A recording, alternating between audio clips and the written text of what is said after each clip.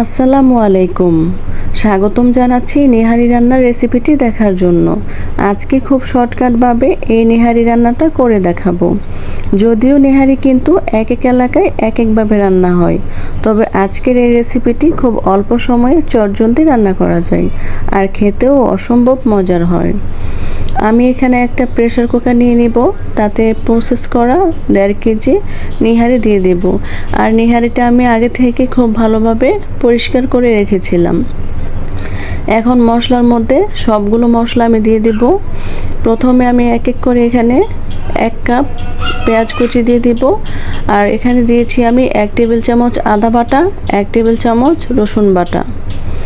এখন আমি দিয়ে দিব 1 চা চামচ হলুদ গুঁড়ো, 1 চা চামচ মরিচ গুঁড়ো, 1 চা চামচ ধনিয়ার গুঁড়ো, আর 1 চা চামচ জিরা গুঁড়ো। আপনারা চাইলে এখানে বাটা জিরাও ইউজ করতে পারেন। দিয়ে দেব পরিমাণ মতো লবণ। আর এখানে শুকনো মশলার মধ্যে এলাচ, লবঙ্গ, দারচিনি, গোলমরিচ দিয়ে দিয়েছি। আর দিয়ে দিব 4-5টা মতো তেজপাতা।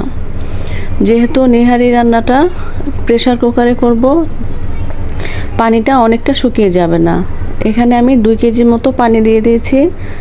এখন প্রেসার কুকারের ঢাকনাটা আটকিয়ে আমি চুলাতে বসিয়ে দেব। আর এই পর্যায়ে প্রেসার কুকারে কয়টা সিটি উঠবে সেটা দেখার বিষয় না। আমি ঠিক ঘড়ি ধরে এটা 50 থেকে 1 ঘন্টা রান্না করে নিয়েছি। এর মধ্যে আমার নেহারিটা অনেকটা পানি শুকিয়ে গেছে। এখন বাকি প্রসেস করার পালা। আমি নেহারিতে আগে থেকে কোনো তেল ব্যবহার করিনি, এমনিতে নেহারিটা অনেক বেশি রিচ হয়। আমি যখন বাগার দিব তখন আমি অল্প একটু তেল ব্যবহার করব। এখন আলাদা একটি পাত্রে আমি অল্প একটু তেল দিয়ে নেব। আপনারা চাইলে এখানে সরিষার তেলটাও দিতে পারেন। তেলটা যখন গরম হয়ে যাবে, এখানে আমি 1/2 কাপ পেঁয়াজ কুচি দিয়ে দেব। আর পেঁয়াজটা খুব ভালোভাবে ব্রাউন করে ভাজতে হবে। এই পর্যায়ে আমি দিয়ে দিব 1 টেবিল চামচ রসুন কুচি, দিয়ে দিব 3-4টার মতো শুকনো মরিচ।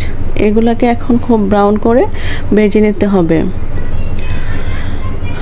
এই তো নেহারি রান্নার জন্য আমার বাগারটা রেডি হয়ে গেছে। এখন আমি আলাদা চুলাতে এটা দিয়ে দেব। বাগারটা দেওয়ার পরে এটাকে আমি বেশিক্ষণ জাল করে নেব না। নেহারিটা অনেকটা ঝোল ঘন হয়ে গেছে। এই পর্যায়ে আমি দিয়ে দেব 1/2 চা চামচ গরম মশলা গুঁড়ো। আর এই গরম মশলাটা এই পর্যায়ে দিলে এটার ঘ্রাণটা অনেক বেশি ভালো আসে আর খেতে অনেক বেশি মজার হয়। এখন আমি চুলাটা অফ করে দিব। গরুর নেহারি রান্না করতে সময়টা একটু বেশি লাগে, খাসির নেহারি রান্না করতে সময়টা কিছুটা কম লাগে। তবে এই পর্যায়ে সিটি কয়টা উঠবে সেটা দেখা যাবে না। ঘড়ি ধরে 50 মিনিট রান্না করতে হবে। চাউলের রুটি, পরোটা, রুটির সাথে এই নেহারিটা খুব ভালোবেসে জমে। এটা খেতে অসম্ভব মজার হয়। আসছে ঈদে আপনারা অবশ্যই এই রেসিপিটি একবার ট্রাই করে দেখবেন। আর আমি চেষ্টা করেছি খুব অল্প সময়ে অল্প উপকরণ দিয়ে এটা আপনাদের সামনে দেখানোর জন্য, যে মশলাগুলো সচরাচর সবার বাড়িতেই থাকে। চাইলে আপনারাও এভাবে রান্না করতে পারেন। আর আমার রেসিপিটি ভালো লাগলে অবশ্যই লাইক করবেন। আল্লাহ হাফেজ।